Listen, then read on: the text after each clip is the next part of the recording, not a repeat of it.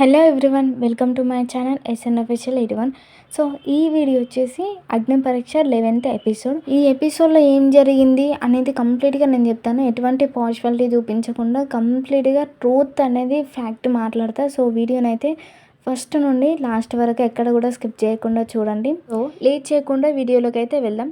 So first task ఏంటంటే పైనుంచి ఒక బాల్ వేస్తారు కిందకి. సో ఆ బాల్ని ఎవరైతే ఫస్ట్ క్యాచ్ చేస్తారో సో వాళ్ళు అక్కడ ఉన్న మిగతా కంటెస్టెంట్స్లో అంటే అక్కడ ఉన్న కంటెస్టెంట్స్లో ఇద్దరు కంటెస్టెంట్స్ని రిమూవ్ చేయాలన్నమాట టాస్క్ నుండి. సో ఇది అంటే ఎవరైతే వీక్ అనిపిస్తారో ఏ కంటెస్టెంట్స్ అయితే వీక్ అనిపిస్తారో వాళ్ళకు సో ఆ క్యాచ్ చేసుకున్న అతను ఇంకా ఇద్దరు కంటెస్టెంట్స్ని అయితే వాళ్ళకి వీక్ అనిపించిన కంటెస్టెంట్స్ని రిమూవ్ చేయాలన్నమాట ఆ టాస్క్లో. సో ఇదే టాస్క్ అనమాట. ఈ ఫస్ట్ టాస్క్లో బాగా ఆడింది అయితే దీపక్ అనే కంటెస్టెంట్. అతను చాలా బాగా ఆడతాడు. బాల్ని ఒక 3 టైమ్స్ అతనే క్యాచ్ చేస్తాడనమాట అంతమందిలో. సో అతనైతే చాలా బాగా ఆడాడు. కానీ ఇందులో ఒక కండిషన్ ఉంటుంది ఈ టాస్క్లో. ఎవరైతే ఒకటి కంటే 2-3 సార్లు ఒకటి కంటే ఎక్కువగా సార్లు బాల్ని క్యాచ్ చేస్తారో వాళ్ళు ఒక్కసారికి మాత్రమే ఎవరికైనా ఒక్కసారికి మాత్రమే ఛాన్స్ ఉంటుందన్నమాట వేరే వాళ్ళని రిమూవ్ చేయడానికి. బట్ సెకండ్ టైం నుంచి వాళ్ళకు ఛాన్స్ ఉండదు. అదే క్యాచ్ చేసిన అతను వేరే వాళ్ళకి ఇచ్చేసుకోవాలన్నమాట. వాళ్ళకి ఇష్టం వచ్చిన వాళ్ళకి ఇచ్చేసుకోవాలి బాల్ని. సో ఆ బాల్ ఇచ్చిన అతను వాళ్ళకి ఇష్టం ఎవరైతే వీక్ అనిపిస్తారో వాళ్ళని రిమూవ్ చేస్తారనమాట. అది అతని డెసిషనే. క్యాచ్ చేసిన వాళ్ళ డెసిషన్ మాత్రం ఉండదు. సో ఇలా ఉంటుంది రూల్. అయితే రాజ్ కుమార్ రోహిత్ని టాస్క్లో నుండి రిమూవ్ చేస్తుంటాడు. సో ఆ రిమూవ్ చేసినప్పుడు రాజ్ కుమార్ పెడతాడు చూడండి డిఫెండింగ్ పాయింట్స్. అక్కడ చాలా క్లియర్గా చాలా స్పష్టంగా తను ఏం చెప్పాలనుకుంటున్నాడో ఎవ్రీథింగ్ పర్ఫెక్ట్గా తను క్లియర్గా అక్కడ క్లియర్ కట్ పాయింట్స్ అనేది రేజ్ చేస్తాడు. నిజంగా రోహిత్ డిఫెండింగ్ అనేది చాలా పర్ఫెక్ట్గా చేశాడు. అతను చెప్పే విధానం విన్నప్పుడు అతను నిజంగా వీక్ కాదు కదా అని అనిపిస్తుంది. తన డిఫెండింగ్ అనేది చాలా కరెక్ట్గా చేసుకున్నాడు.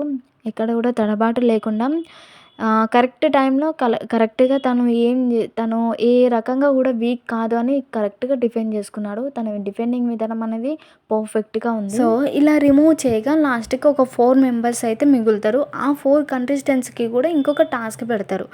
సో ఈ టాస్క్లో శాలిని యూజ్ చేసిన స్ట్రాటజీ ఉంటుంది చూడండి, నెక్స్ట్ లెవెల్. తన స్ట్రాటజీ వల్ల టాస్క్ కూడా పెద్దగా టైం పట్టకుండా చాలా సింపుల్గా ఫాస్ట్గా అయిపోయిందనమాట.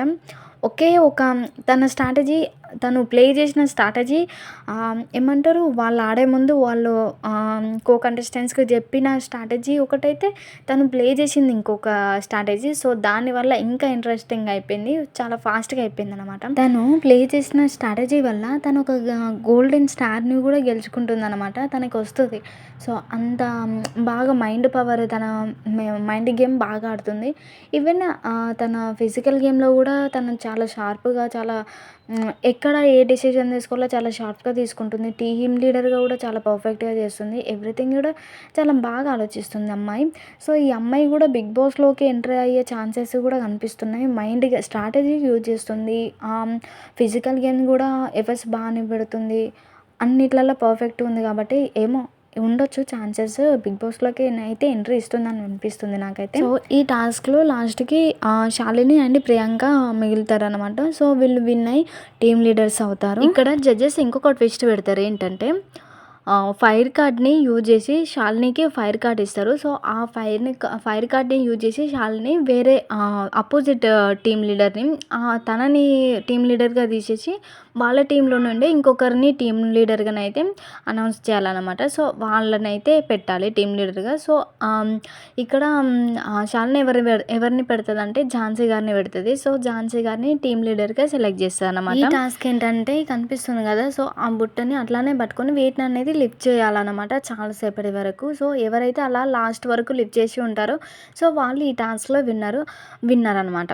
సో అలాగా ఈ టాస్క్లో అందరూ కూడా బాగానే ఆడతారు. కానీ జడ్జెస్ మాత్రం ఎందుకో రోహిత్కి చాలా ఫేవర్ చేస్తున్నట్లు అనిపించింది. పర్టికులర్గా ఈ టాస్క్లో నేను ఓన్లీ ఈ టాస్క్ గురించే మాట్లాడుతున్నా, ఇంకా వేరే విషయాలలో ఏది కాదు. ఓన్లీ ఈ టాస్క్లో మాత్రమే జడ్జెస్ అలా చేశారని అంటున్నా అంతే. రోహిత్ హ్యాండ్స్ బెండ్ అయి ఉన్నాయన్నమాట. ఎల్బో అనేది స్ట్రైట్గా లేదు తనది. ఆల్మోస్ట్ 80% వరకి అతను బెండ్ అవుతూనే ఉన్నది. అమన్‌ని ఎప్పుడైతే టాస్క్‌లో నుండి రిమూవ్ చేశారో అప్పటినుండి అంతకు ముందు నుండే రోహిత్‌ది ఎల్బోస్ బెండ్ అవుతున్నాయి. బెండ్ అయ్యే ఉన్నాయి. చాలా క్లియర్‌గా కనిపిస్తుంది. కొంచెమే కాదు చాలా వరకు బెండ్ అయినాయి. చాలా వరకి 50% బెండ్ అయ్యే ఉన్నాయి. బట్ రోహిత్‌ని మాత్రం అసలు టాస్క్‌లో నుండి రిమూవ్ చేస్తలేరు. పైగా రోహిత్‌కి చెప్తున్నారు. రోహిత్ హ్యాండ్స్ స్ట్రెయిట్‌గా పెట్టు అంటున్నారే తప్ప అతన్ని ఆ టాస్క్‌లో నుండి రిమూవ్ చేయట్లేదు. మిగతా వాళ్ళందరినీ కూడా చాలామందినే రిమూవ్ చేశారు. బట్ రోహిత్‌ని మాత్రం లాస్ట్ వరకు తీసుకొచ్చారు. అతను స్టార్టింగ్ నుంచి ఎల్బో అనేది స్ట్రెయిట్‌గా పెట్టకపోయినా ఎల్బో అనేది బెండ్ చేసినప్పటికీ అతన్ని లాస్ట్ వరకు పుష్ చేశారు అనిపియడమే కాదు నిజంగానే లాస్ట్ వరకు తీసుకొచ్చారు. కానీ ఈ టాస్క్‌లో హేమంత్ అండ్ ఆర్జే చరణ్ వీళ్ళిద్దరి ఆట మాత్రం అదరహో అనుకోవాలి. నిజంగా అదరగొట్టిర్రు ఇద్దరు కూడా. ఎందుకంటే వీళ్ళున్నది చూడడానికి సన్నగా రెగ్యులర్‌గా జిమ్ చేస్తూ జిమ్ బాడీ ఉన్న వాళ్ళే అసలు ఈ వెయిట్‌ని లిఫ్ట్ చేయలేదు. అలాంటిది ఏమాత్రము చూడడానికి సన్నగా ఉండేవాళ్ళు. వీళ్ళు అసలు వాళ్ళ మీద వీళ్ళు గెలవడం అనేది చాలా గొప్ప విషయము. ఆర్జే చరణ్ లాస్ట్ మూమెంట్‌లో డ్రాప్ అయ్యాడనుకోండి. అంటే చాలా వరకు ఎఫర్ట్స్ పెట్టాడండి. వాళ్ళతో పోల్చుకుంటే ఆర్జే చరణ్ చాలా గ్రేట్ అనుకోవాలి. ఇక హేమంత్ మాత్రం ఈ టాస్క్‌లో విన్ అయ్యాడు.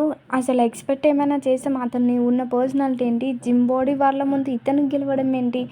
ఇలా ఉండాలి టాస్క్ అంటే. ఏదైనా తను దృఢ సంకల్పం ఉంటే ఏదైనా సాధించగలమని చూపించిండు హేమంత్. సో, ఈ ఎపిసోడ్‌లోనైతే నాకు హేమంత్ ఆటనైతే చాలా బాగా నచ్చింది. అతని పర్సనాలిటీకి ఏమాత్రము సంబంధం లేని టాస్క్ పెట్టినాము గానీ చాలా మంచిగా తనేంటనేది ప్రూవ్ చేసుకున్నాడు. సో, చూశారు కదా! వీడియో చూసిన తర్వాత మీకేమనిపించింది అనేది కూడా మీ ఒపీనియన్‌ని కామెంట్ ద్వారా షేర్ చేయండి. సో, వీడియో నచ్చితే ఒక లైక్ చేయండి. అలాగే కొత్త వాళ్ళు ఎవరైనా వీడియోని చూస్తున్నట్లయితే ఛానల్‌ని సబ్స్క్రైబ్ చేసుకోండి. వీడియోకి లైక్ చేయండి.